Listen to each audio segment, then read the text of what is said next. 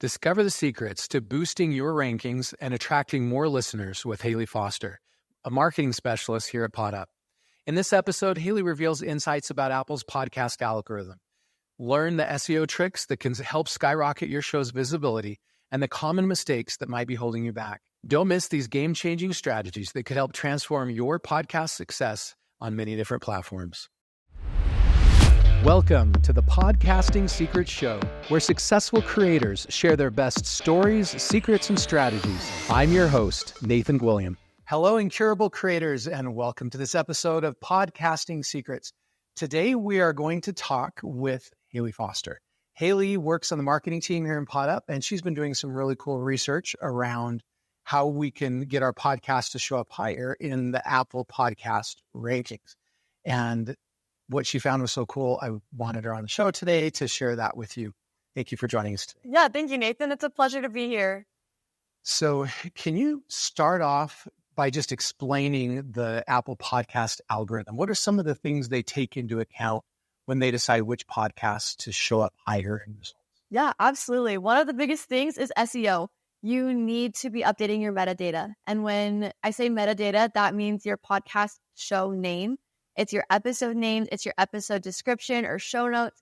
It's making sure that all of that includes keywords that people are going to be searching for. And give some examples. Let's say you were giving an example earlier about a kids' craft show.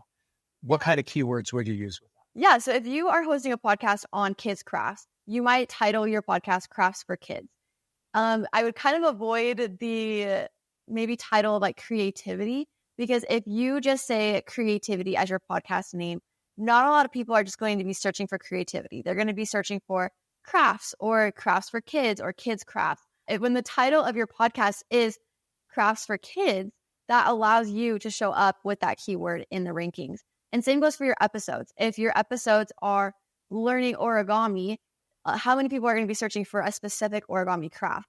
Whereas if you titled it, maybe the episode had a name like Crafts You Can Do in Under 30 Minutes. Or crafts you can do with the average household supply, that's going to have a lot more keywords and it's going to be a lot easier for people to rank for. So one question we get from a lot of new hosts is whether or not they should use their name in branding their show. How does this information that you found affect the answer to that question? Yeah, that's a great question. Unless people are constantly and consistently searching your name, it's probably not the best SEO practice to include your name in your podcast. For just a stat to throw out there, 97% of podcasts in the top 10 search results for Apple use at least one of their frequently searched keywords. And so if I were to have a podcast and it was titled Hayley Foster or like something along that sort, not a lot of people know Hayley Foster. Not a lot of people know who I am. Not a lot of people are searching. Not a lot of people are searching for Hayley Foster on podcasts or the internet. They don't know that I have a podcast.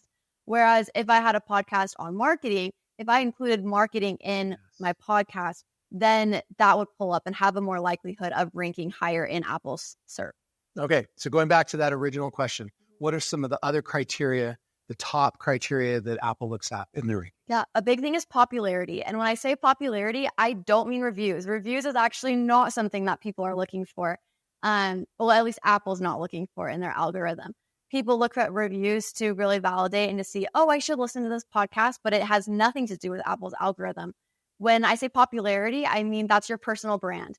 So get people on LinkedIn, get your Instagram and Facebook and social media following to check out your podcast. Get all of your personal network to go and view your podcast. And as you get those people in and as you get them viewing, that's going to help promote growth in your podcast. Okay, so using the right keywords is number one, getting lots of people to use that. How about engagement? Do they actually have to make it through the episode as well instead of just starting it? Yes, they do. User engagement is one of the biggest things that Apple looks for. They want really high engaging podcasts. That means high downloads. That means shares. And one thing I did find in my research is if you tell personal stories, those are the most likely things that are going to get shared and be remembered. And so it's going to lead people back to your podcast. And so one little practice that you can hammer into your routine is to tell stories in your podcast, tell memorable stories that people are going to come back to, they're going to share with their friends. And it's overall going to really help boost your overall user behavior and engagement in your podcast. So you've told us some of the things that matter the most in Apple's algorithm. What are some of the things that really don't matter? I know you've just mentioned one of them. What are some of the others? Yeah, one is the total number of episodes. You do not need over 500 episodes to be featured in Apple's podcast. Another thing is whether or not your podcast is explicit and uses swear words or cussing. That has no effect. Interesting. Yeah, super interesting. Not something that I personally thought would have an effect or not, but interesting to know it has no effect on ranking. And even that total number of episodes, a lot of times people think, well, if I have tons of episodes out there, that'll help me show up higher in Google. And it may with individual episodes, right? Mm-hmm.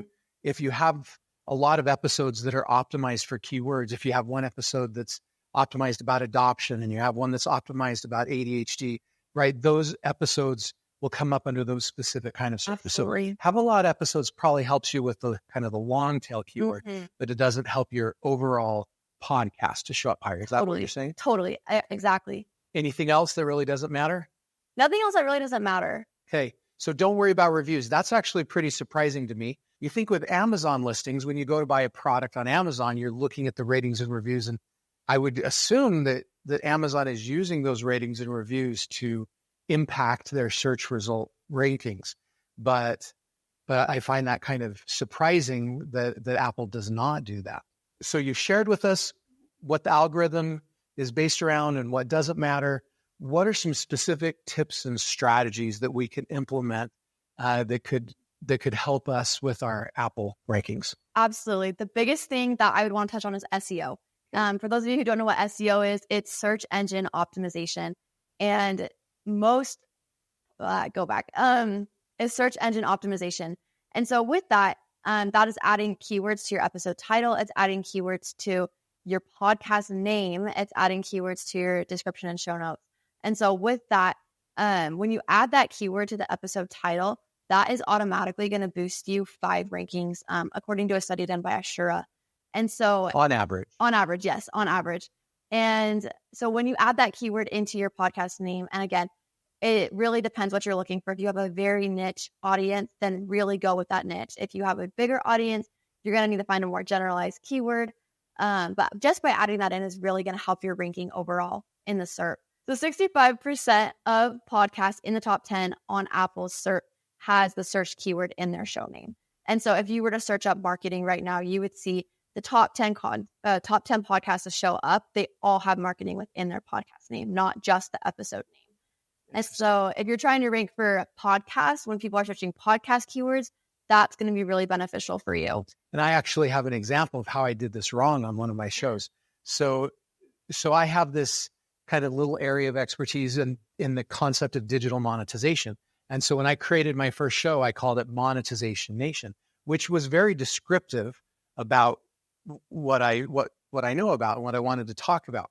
The problem is not very many people went to Apple and typed in monetization. And so you've got to make sure that the keyword that you're picking has enough searches that are being looked for regularly. Absolutely. I love that example. And I think just to kind of give people more context on what they could do is instead of having a podcast titled Monetization Nation, they could have titled it like Making Money for Your Business or Making Money with Your Podcast. And so just having those keywords that are a little bit more searchable, it's going to really help you go the extra mile with your podcast rank. Great example. Thanks. Any other specific tips or secrets or strategies? Yeah, another thing that you can do is adding those keywords into your episode titles. And so like I kind of mentioned earlier with that Crafts for Kids example and the origami specifically, when we add in those specific keywords to the episodes, that doesn't necessarily help us rank for the main generalized podcast, but it's going to help your episodes rank, which Nathan was talking a little bit about, where you may not need a 500 podcasts to rank on Apple, but you may need a lot of different episodes that target a lot of different keywords within your niche. As you create these episode titles, you want to include these long tail keywords because they're ultimately going to help increase how often you show up when people are searching for those keywords, whether it's your main like short tail keyword or your more specific long tail keyword. And going off of that too, you want to add in all of these keywords into your description. Don't go too far that you're keyword stuffing, which is when you just add in a bunch of keywords over and over and over again, like 100 times, but at least 5 times, adding in those keywords into your episode description, on average, again, from Ashura, has the potential to boost you up 9 positions in the ranking. So let's explain just a little bit more what this long tail keyword concept is. Yeah. Do you want to talk about that, or do you want me to? Yeah, I can talk about it. So a long tail keyword is a long keyword that someone would search. And so one example of that is how to make money off of my podcast. And so that's instead of the short keyword that would just be podcasting. Exactly. Yes. And so those long tail keywords are very specific, but they're also highly searched. And there are so many different websites that you can reference and look into for SEO that'll help you understand good keywords and strong keywords that people are searching and that are very popular within your niche. And even though the root keyword, like podcasting, may be typed more than that long tail keyword you talked about, the cumulative whole of a whole bunch of those long tail keywords together can often be more than the big keyword. And often they're easier to target. There are fewer people going after those long keywords. And so you go after a whole bunch of those long ones and you end up having a lot of traffic. Absolutely. And that's overall just going to help you in the end, because as you produce more episodes, you're going to be ranking for more keywords, and you're going to be, as you rank for those more keywords, you're going to ultimately help your podcast rank, because you're going to get more viewers. You're going to get a really good user behavior score. You're going to really help with that high engagement. And that at the end of the day is really going to boost your content. In conclusion, why do we even care about this? Why is it so important to show up high on Apple or these other podcast directories? Yeah, great question. That's how people are going to find you. That's how you're going to get big. That's how people are going to know to listen to your podcast. That's how you can ultimately start to get monetization opportunities to make money off of your podcast, to get ads and sponsors. And so all of this really just helps you to grow your podcast business and your personal brand. Okay, so I can see some similarities here between Apple's algorithm and Google's algorithm. And I know that with Google's algorithm, they give a preference if you're producing fresh content on your website. Is there something like that with Apple, that if you're regularly producing more podcasts, you show up higher than people that abandon their show or don't consistently post? Great question. There is a similarity. Apple really likes when you produce consistently. And so whether you're producing content that is once a week or twice a week, they really like to see that consistency in your podcast. And so it really doesn't matter like a number range of how often you're doing it. They do like to see new content coming out, but they really like a consistent date of when you're producing. I love that. When we were preparing for this, you mentioned something I had never heard before that had to do with mentioning other podcasts. Can you tell the audience how mentioning other podcasts might affect your Apple ranking? Yeah, this is the statistic that surprised me the most in my research. But someone found that as you mention other podcasts in your podcast, in Apple, at the very, very bottom, when you scroll down on someone's podcast, there's a little section called You Might Also Like. So when you mention someone else's podcast, that is helping you to rank on their You Might Also Like.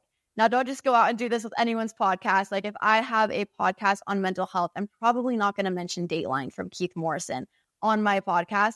But as long as you're in the same niche and you're having similarities with the podcast already, when you do mention them, it will allow you to rank in that You Might Also Like feature. That is a really good idea. I've never heard that before. So take that one. If you remember one thing, that's probably a really cool strategy to go try and test. Thank you for joining us today, Thank Hayley. you. Thanks for listening to this episode. I wish you success as you work to increase your Apple rankings for your podcast. And if you're looking for a great podcasting platform, we recommend you check out PodUp. That's our company. We have 35 integrated modules all together as one, make it a lot easier for you to create, grow, and monetize your venture around a podcast. And you can get a free trial at podup.com. Here are my key takeaways from this episode. Number 1, SEO is crucial for podcast visibility on Apple Podcasts, including optimizing metadata, such as show name, episode titles, and descriptions with relevant keywords. Number 2, using specific searchable keywords in your podcast title, such as crafts for kids instead of just creativity, can significantly improve rankings. Number 3, 97% of podcasts in Apple's top 10 search results use at least one frequently searched keyword in their show name. Number 4, popularity and user engagement, including downloads and shares, are more important for Apple's algorithm than reviews or ratings. Number 5, telling personal, Memorable stories in your podcast can increase engagement and sharing, boosting your overall ranking. Number 6, the total number of episodes and whether a podcast is explicit do not significantly affect Apple's podcast rankings. Number 7, adding relevant keywords to episode titles can boost rankings by an average of 5 positions. Number 8, including keywords in your podcast description about 5 times can potentially boost your ranking by 9 positions on average. Number 9, consistently releasing content on a regular schedule is favored by Apple's algorithm, regardless of frequency. And finally, number 10, mentioning other relevant podcasts in your niche can help you appear in the You Might Also Like section, potentially improving your visibility and rankings. Thank you so much for joining me for this episode. I wish you success in your Apple podcast SEO. And if you're looking for a great podcasting platform yourself with 35 integrated modules to help you create, grow, and monetize your venture, I recommend you go get a free trial at PodUp.com.